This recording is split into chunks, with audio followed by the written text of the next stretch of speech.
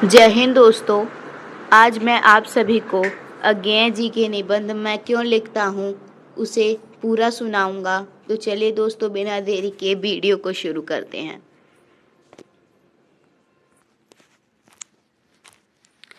मैं क्यों लिखता हूँ? यह प्रश्न बड़ा सरल जान पड़ता है, पर बड़ा कठिन भी है, क्योंकि इसका सच्चा उत्तर लेखक के आंतरिक जीवन के स्तरों से संबंध रखता है। उन सबको संक्षेप में कुछ वाक्यों में बांध देना आसान तो नहीं है, न जाने संभव भी है या नहीं। इतना ही किया जा सकता है कि उनमें से कुछ स्पर्श किया जाए, विशेष रूप से ऐसे का जिन्हें जानना दूसरों के लिए उपयोगी हो सकता है। एक उत्तर तो यह है कि इसलिए लिखता हूं कि स्वयं जानना चाहता हूं कि क्यों लिखता हूं। लिखे बिना इस प्रश्न का उत्तर नहीं मिल सकता।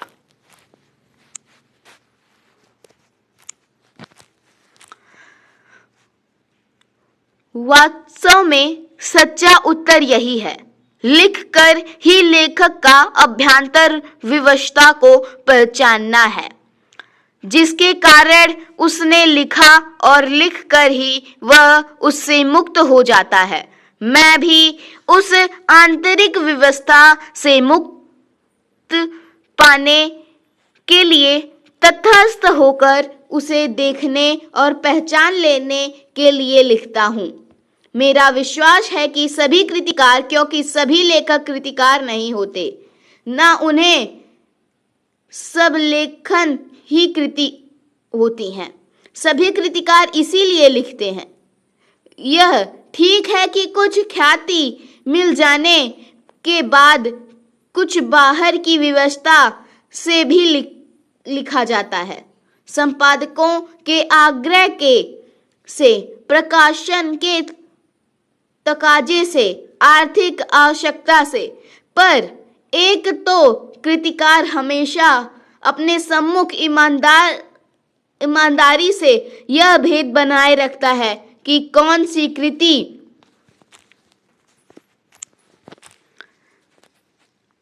भीतरी प्रेरणा का फल है, कौन सा लेखन बाहरी दबाव का। दूसरे यह भी होते हैं कि बाहर का दबाव वास्तव में दबाव नहीं रहता, वह मानव भीतर उन्मेष का निमित्त बन जाता है। यहाँ पर कृतिकार के स्वभाव और आत्मानुशासन का महत्व बहुत होता है। कुछ ऐसे आलसी जीव होते हैं कि बिना इस बाहरी दबाव के लिख ही नहीं पाते। इसी के सहारे उनके भीतर की विवशता स्पष्ट होती है। यह कुछ वैसा ही है जैसे प्रातःकाल नींद खुल जाने पर कोई बिछौने पर तब तक पड़ा रहे जब तक घड़ी का अलार्म न बज जाए। इस प्रकार वास्तव में कृतिकार बाहर के दबाव के प्रति समर्पित नहीं हो जाते हैं। उसे केवल एक सहायक यंत्र की तरह काम में लाता है, जिससे भौतिक यथार्थ के साथ उसका संबंध बना रहे। मुझे इस सहारे की जरूरत नहीं पड़ती, लेकिन कभी उसे बात भी नहीं होती। उठने वाली तुलना को बनाए रखूं तो कहूं कि सवेरे उठ जाता हूं। अपने आप ही पर अलार्म भी बज जाए तो कोई हानि नहीं मानता। यह भीतर व्यवस्था क्या होती है, इसे बखानना बड़ा कठिन है। क्या वह नहीं होती? यह बताना शायद कम कठिन होता हो, या उसका उदाहरण दिया जा सकता है, कदाचित वही अधिक उपयोगी होगा। अपनी एक कविता को कुछ चर्चा करूं जिससे मेरी बात स्पष्ट हो जाएगी। मैं विज्ञान का विद्यार्थी रहा हूं। मेरी नियमित शिक्षा उसी विषय में हुई। अणु क्या होता है?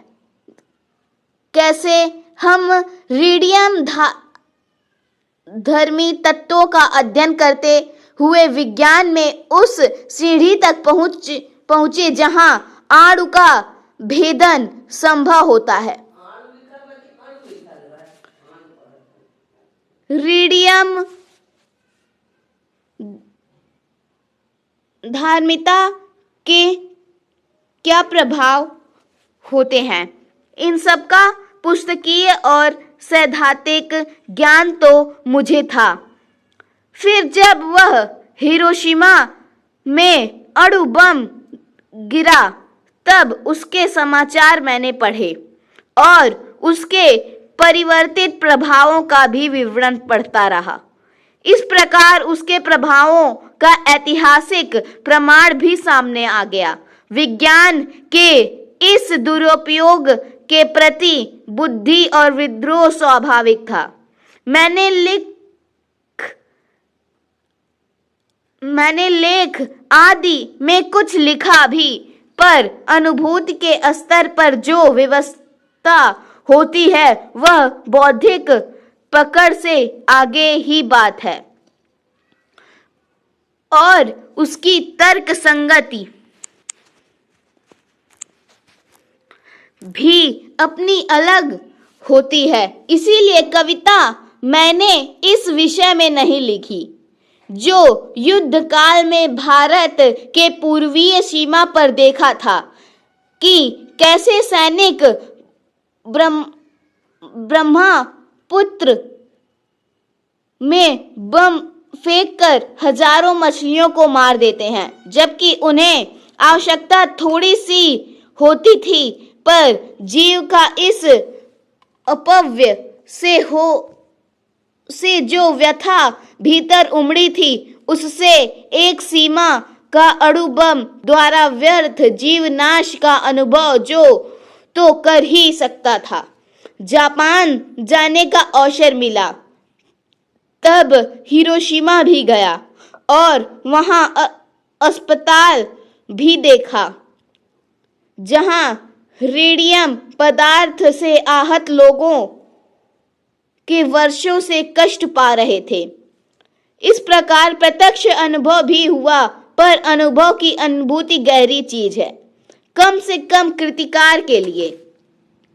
अनुभव तो घटित का होता है, पर अनुभूति संवेदना और कल्पना के सहारे उस सत्य का आत्मसात कर लेती है जो वास्तव में कृतिकार के साथ घटित नहीं हुआ है, जो आंखों के सामने नहीं आया, जो घटित से अनुभव में नहीं आया, वही आत्मा के सामने ज्वलंत प्रकाश का आ जाता है। तब वह अनुभूति प्रत्यक्ष हो जाती है। तो हिरोशिमा में सब देखकर भी तत्काल कुछ लिखा नहीं, क्योंकि इसी अनुभूति प्रत्यक्ष की कसर थी। फिर एक दिन वहीं सड़कों पर घूमते हुए देखा कि एक जले हुए पत्थर पर लंबी उजली छाया है। विस्फोट के समय कोई वहां खड़ा होगा और विस्फोट से बिखरे हुए रेडियम धर्मी पदार्थ के कारण उसमें रुद्ध हो गई होगी, जो आसपास के आगे बढ़ गई होगी, पत्थर पर झुलसा दिया, जो व्यक्ति पर अटकी उन्हें भाप बनाकर उड़ा दिया होगा। इस प्रकार समुची ट्रेजेडी जैसा पत्थर पर लिखी गई है। उस छाया को देखकर जैसे एक थप्पड़ सा लगा। अवाक इतिहास जैसा भीतर कहीं साहस एक जलते हुए सूर्य सा उग आया है और डूब गया।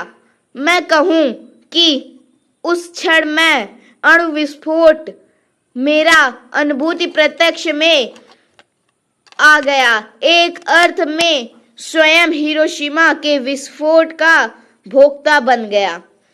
इसी के से वह विवशता जागी। भीतर की आकुलता बुद्धि के क्षेत्र में बढ़कर संवेदना के क्षेत्र में आ गई।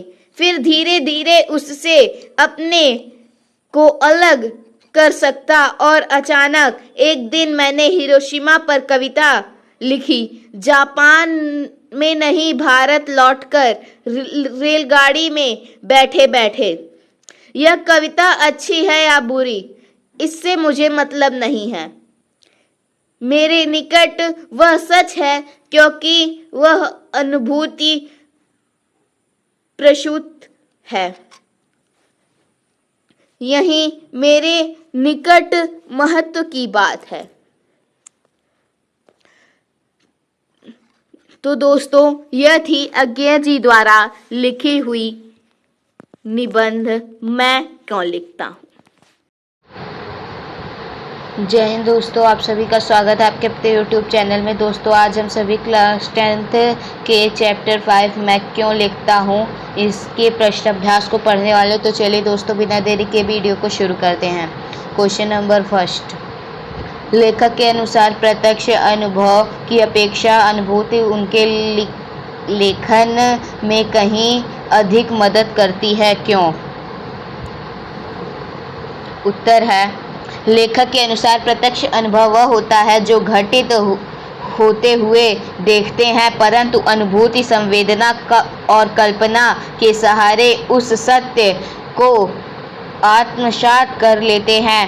परिणाम स्वरूप सामने घटित न होने वाली घटनाएं भी आँखों के समक्ष ज्वलंत प्रकाश बन जाती है, जिसे देखकर ही अपनी विवशता को से छुटकारा पाया जा सकता है। उसकी अनुभूति उससे लिखने के लिए प्रेरित करती है। वह स्वयं को जानने के लिए भी वह लिखने के लिए प्रेरित होता है। इसीलिए लेखक लेखन के लिए अनुभूति को अधिक महत्व देता है। Question number 2। लेखक ने अपने आप को हिरोशिमा के विस्फोट का भोक्ता कब और किस तरह महसूस किया?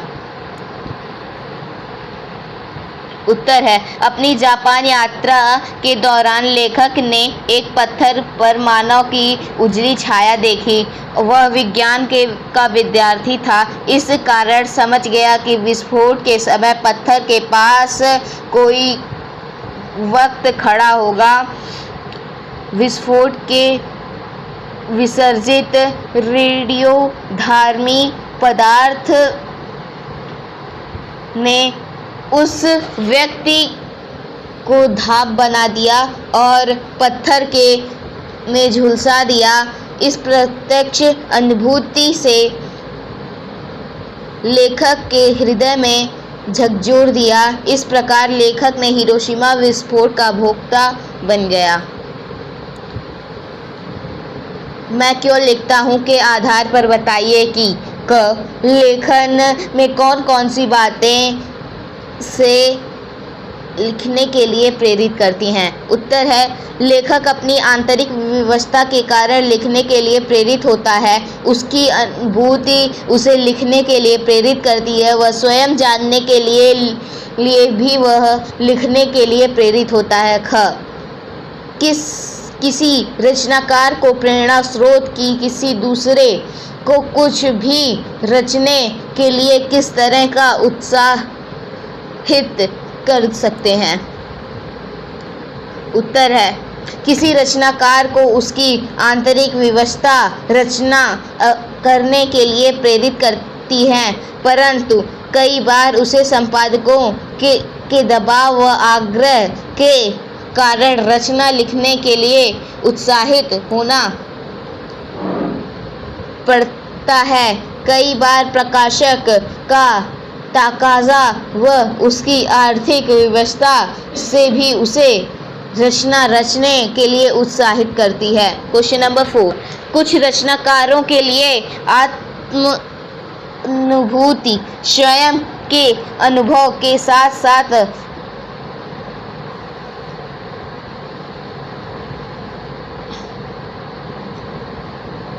बाह्य दबाव भी महत्वपूर्ण होता है। ये बाह्य दबाव कौन से होते हैं? उत्तर, कई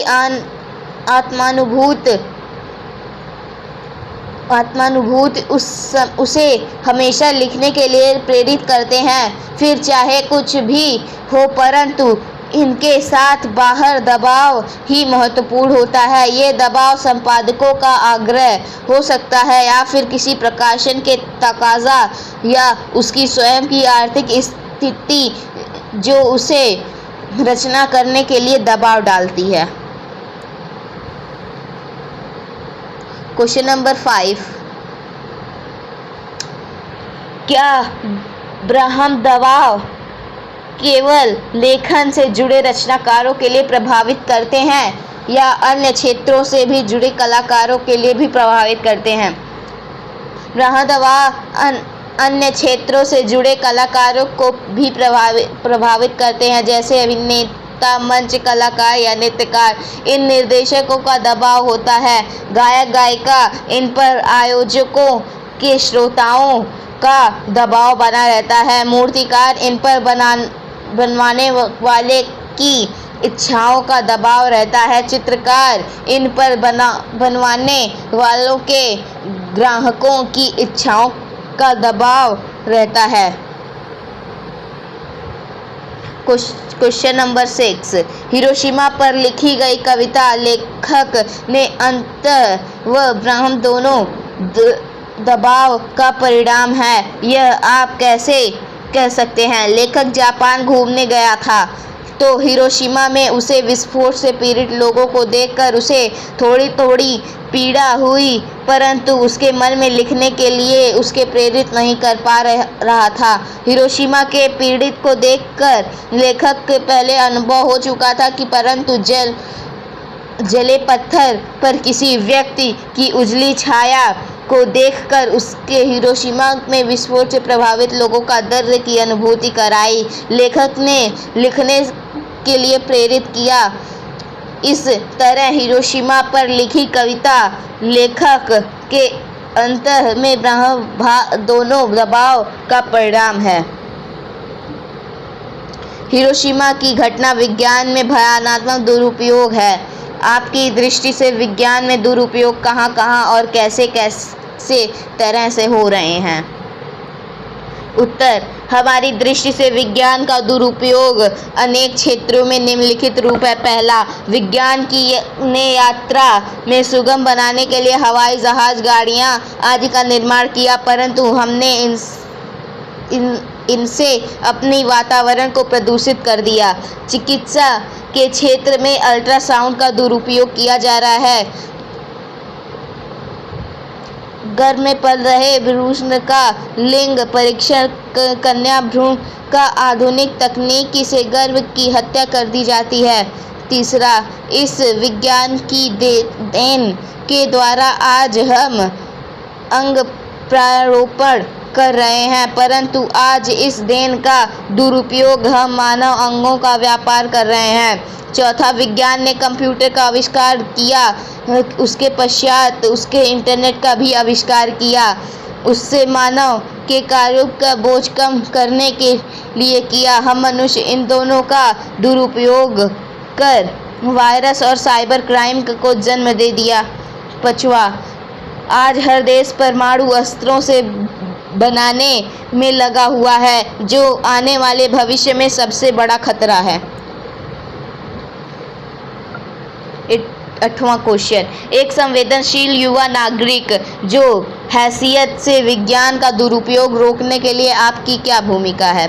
उत्तर, हमारी भूमिका बहुत महत्वपूर्ण है। ये कहना है कि विज्ञान का दुरुपयोग हो रहा है सही है, परंतु व्यक्ति इसका दुरुपयोग कर रहे हैं। यह कहाँ सर्वथा गलत है, क्योंकि कुछ लोग इसके दुरुपयोग को रोकने के लिए कार्य करते रहते हैं। पहला, आज हमारे अथक प्रयासों के द्वारा परमाणु हथियारों का इस्तेमाल नहीं हो रहा है, क्योंकि हथियार लगभग सभी देशों के पास हैं, परंतु परमाणु संधियों द्वारा इनके प्रयोगों को रोक लगा दी गई है। हमें चाहिए कि इनका समर्थन करें। प्रदूषण के प्रति जनता ने जागरूकता लाने के लिए अनेकों कार्यक्रमों और सभा का आयोजन किया जा रहा है, जिससे प्रदूषण के प्रति रोकथाम की जा सके। इन समारोह में जाकर वह लोगों को बताकर अपनी भूमिका अदा कर सकते हैं। तीसरा, अंग प्रत्यारोपण पर मीडिया में अथक प्रयास से ही अंकुश लगना संभव हो पाया है। हमने चाहिए कि उसे इस प्रयास से उसका साथ दें व जहां पर भी ऐसी कोई गतिविधि चल रही हो उसे मीडिया व कानून को जानकारी देकर उनका सहयोग करें। थैंक यू दोस्तों, आज के लिए बस इतना ही। और हाँ दोस्तों, अगर आप हमारे चैनल पर पहली बार आए तो प्लीज़ हमारे चैनल को लाइक एंड सब्सक्राइब जरूर करें। जय हिंद।